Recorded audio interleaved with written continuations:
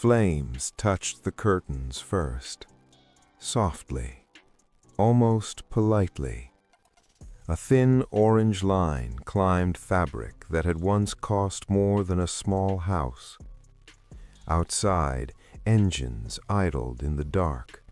No headlights, no shouting, only the low hum of men waiting to see if history would change tonight. Inside the mansion, chandeliers trembled from distant pressure, not from bombs, from heat. Glass began to whisper. A portrait on the wall tilted slightly as air shifted through corridors now empty, too empty. One of the men outside checked his watch. Another adjusted the fuel can at his feet. They had studied the routines for weeks. Lights on at midnight, guards rotating at 1, kitchen staff leaving at 2, a final perimeter sweep at 3. They knew the windows that never closed. They knew the wing where the family slept. They knew exactly where the fire would spread fastest. They believed everyone was still inside. The flame reached the ceiling. Paint bubbled. Smoke thickened. A dog barked somewhere in the hills, then stopped. A radio crackled. Do it. Gasoline splashed against marble steps. A match struck. For half a second, nothing happened. Then the night inhaled. Fire rolled outward like it had been waiting. Heat pushed against the iron gates. Men stepped back instinctively. Inside, beams groaned. Wood surrendered. The mansion began to burn the way only something expensive can burn. Slow, deliberate, consuming itself with dignity. One of the attackers smiled. "He'll have to run," he whispered. But 3 miles away, on a road that curved behind dense trees, a convoy moved without headlights.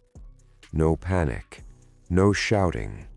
Children asleep in the back seat of an armored vehicle. A woman staring forward in silence. And in the front passenger seat, a man who had already watched the mansion burn in his mind days ago. He did not turn around.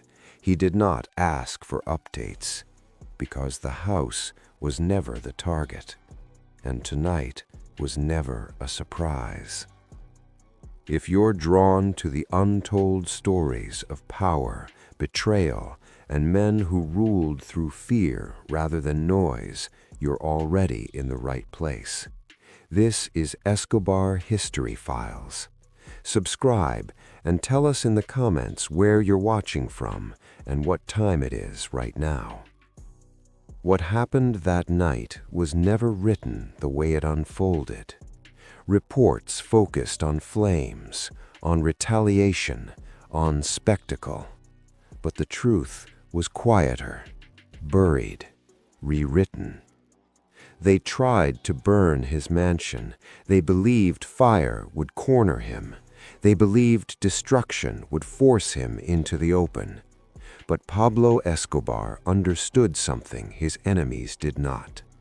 A house is not power. Presence is not power. Power is preparation. And days before the first match was struck, he had already evacuated everyone. No visible panic, no visible pain. Just a subtle change in routine. A family dinner moved earlier. A private conversation extended longer than usual. A driver reassigned. Security rotated. Servants dismissed with unexpected bonuses. No one questioned it, because no one dared question him directly. But something had shifted, and in the quiet of his study, behind heavy curtains, Escobar sat alone, not angry, not afraid, listening. The mansion was more than a home. It was a symbol, a signal to allies, a provocation to enemies. It stood on a hill like a declaration, and that made it vulnerable. Escobar had begun noticing small fractures, a guard who avoided eye contact, a supplier who repeated himself twice, a rumor that traveled too fast. He did not react publicly. He never did. Instead, he reduced visibility, canceled gatherings, changed sleeping arrangements, increased distance without increasing suspicion. Isolation wrapped around him like a second skin. Pressure pressed in from every direction, government forces tightening, rivals growing impatient, allies growing ambitious, and beneath it all, the weight of family. Because power is heavy, but protecting those who stand near it is heavier. What Pablo didn't know at first was who would strike, but he knew someone would. This was the moment everything began to crack. Not the fire, the realization. Symbols attract fire. So he removed the people. 2 nights before the attack, a convoy left under the pretense of routine maintenance at a secondary property. Children were told it was temporary. Staff believed it was seasonal travel. Even some guards believed the family would return by morning. Escobar watched the gates close behind them. He remained, alone in the mansion, walking through rooms that echoed differently without voices.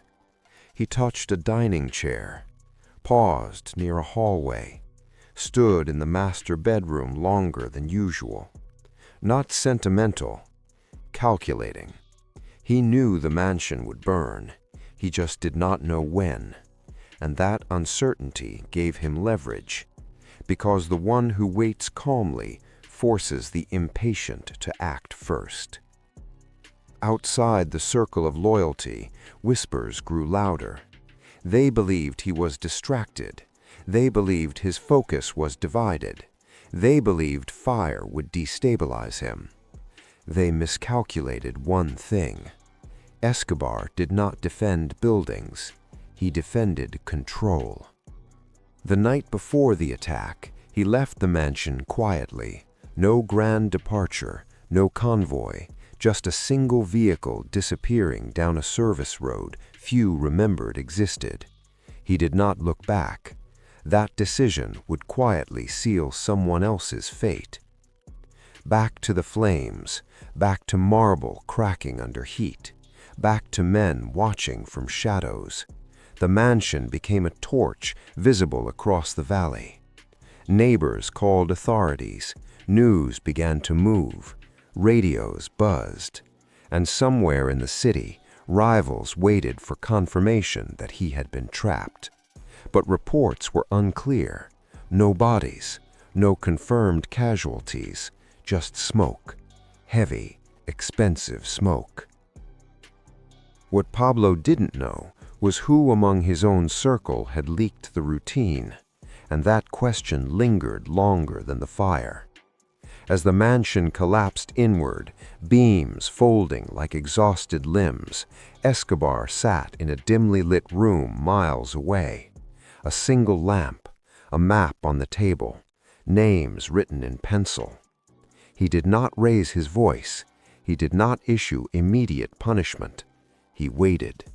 Because fire reveals impatience. No private trials, just distance. And distance in his world was fatal. The lieutenant who volunteered retaliation too quickly found himself managing remote operations far from the center. The one who remained silent lost access to strategic meetings. The most vocal supporter discovered his recommendations were no longer heard. Power shifted without noise, and that was more terrifying than fire. Word spread across Medellín. He knew, he had known, he let it burn. Enemies recalculated. Burning symbols would not force him out. It would only reveal their impatience. Allies grew more cautious. If he could predict an attack on his own mansion, what else could he foresee? The rules changed. Power was no longer measured by visible wealth. It was measured by invisible anticipation. The burned mansion became a legend, a monument to miscalculation. Tourists would later photograph the ruins. Journalists would speculate about the night.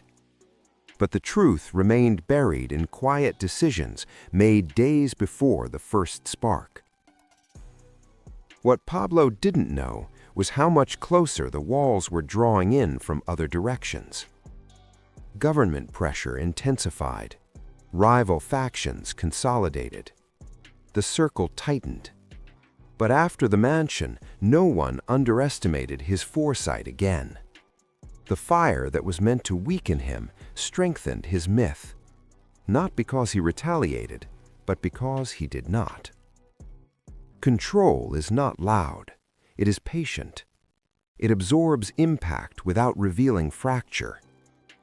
Years later, when people spoke of that night, they did not remember the flames. They remembered the emptiness, the absence of panic, the absence of bodies, the absence of reaction. And in that absence, fear grew. Because if a man can watch his own mansion burn without blinking, what can truly corner him? But here is the final truth history rarely writes. Preparation is not invincibility. Anticipation is not immortality. The same patience that saved his family that night would eventually isolate him. Because when you trust only silence, you hear fewer voices, and when you move everyone away from danger, you also move yourself further from connection. The mansion burned, the family lived, the legend expanded. But the cost of constant vigilance is solitude, and solitude changes a man. Power built on fear can survive fire, but it cannot survive time. In the end, the mansion was rebuilt elsewhere, bigger, stronger, hidden differently. But the lesson remained etched in ash. A symbol can burn, a structure can fall, but control belongs to the one who sees the spark before the flame. And perhaps the most dangerous opponent is not the one who strikes first, but the one who has already stepped aside. Because true power is not proven in survival, it is proven in preparation. And the men who thought fire would end him learned something unforgettable. You cannot trap a man who has already left the room. This is Escobar History Files. Subscribe for the stories history tried to bury.